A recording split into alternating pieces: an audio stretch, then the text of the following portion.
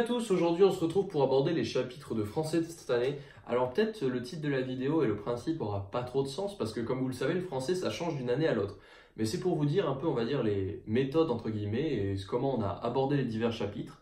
Donc en fait pendant l'année vous allez, donc je vais pas trop feuilleter ce qu'on a fait parce que c'est pour vous représenter un peu, voilà le français.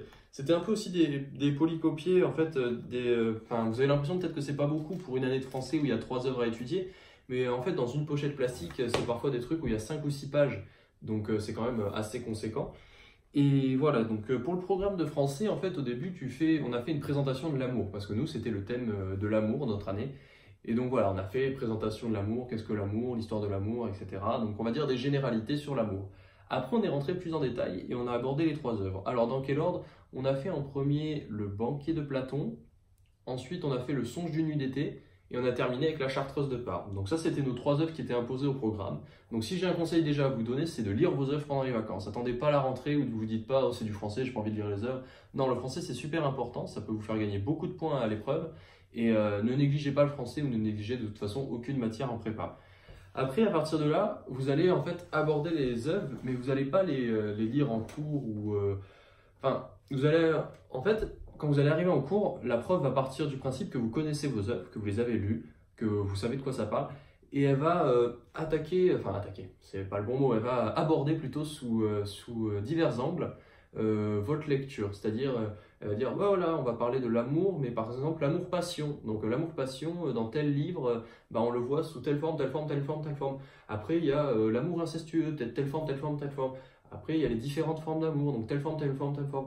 Et en fait, elle va aborder sous plusieurs points la même œuvre. Donc, c'est-à-dire, elle va parler, si par exemple j'arrive, ça va être très imagé, je pense, cette vidéo, mais si j'arrive avec l'amour-passion, elle va arriver vers l'œuvre comme ça, pour l'amour, je sais pas, incestueux comme ça. Et au final, en fait, ça rejoint toujours l'œuvre, mais tu l'abordes avec divers thèmes et c'est pas les mêmes exemples qui sont donnés selon le type d'amour dont tu as parlé ou selon le thème que tu vas aborder. Et l'année prochaine, pour la démocratie, ce sera pareil. Je connais, j'ai pas encore lu les œuvres, mais je veux dire, la démocratie, comment dire, t'auras plusieurs façons, t'as toujours plusieurs façons d'aborder un thème. Genre, si je te dis l'amour et fais-moi un plan sur l'amour, ou fais-moi un plan sur la démocratie, je suis sûr que si je demande à 10 personnes de le faire, ils vont jamais me faire le même plan, avec thèse, antithèse, ou soit il y en a un, il va vouloir parler de ça, ou plutôt de ça. Donc on va dire que le français, en fait, la prof souvent, ou le prof, si c'est un prof, aborde l'œuvre un peu comme il veut, mais toujours, on va dire, en restant dans les généralités et dans les détails aussi qui sont importants. Par exemple, en te disant, voilà, telle page pour souligner tel amour, il y a telle citation et il y a la citation qui est marquée et tout. Et donc après, au fur et à mesure, tu te forges, on va dire, des raisonnements, tu te forges des façons de penser par rapport aux œuvres. Et quand tu tombes après sur une dissertation, c'est ça, voilà, au fur et à mesure de l'année, en fait, on a eu des exercices. Donc on a eu au départ des exercices de résumé, mais on a eu aussi des exercices de dissertation. Et dissertation, au départ, on faisait que sur une œuvre, parce qu'on n'avait qu'une œuvre qu'on avait étudiée en cours. Après, quand on avait étudié les deux, on a fait sur deux. Quand on avait les trois, on a fait sur trois. Vous voyez, c'est progressif. Et en fait, au fur et à mesure, vous rajoutez des œuvres.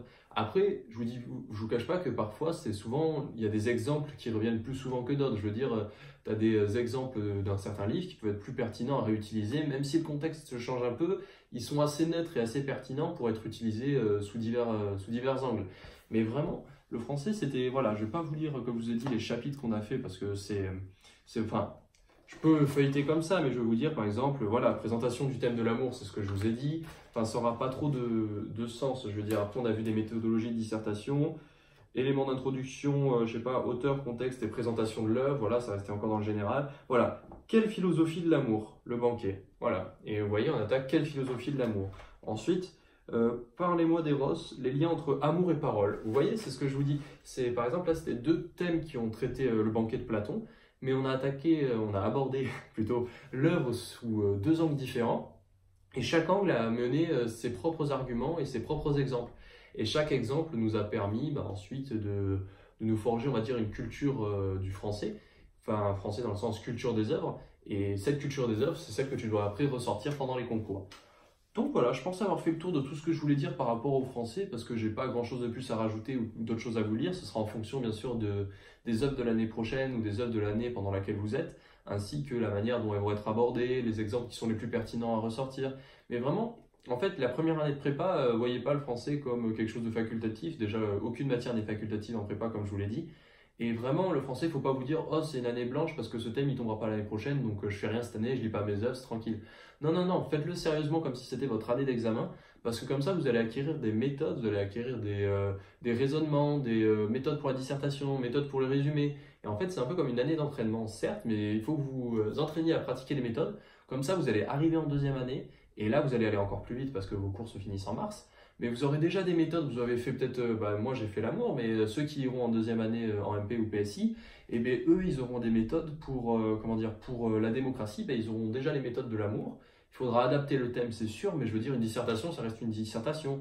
Un résumé, ça reste un résumé. Donc vous voyez, c'est vraiment la pratique et l'entraînement comme ça, je pense, qui permettra de progresser pour le français.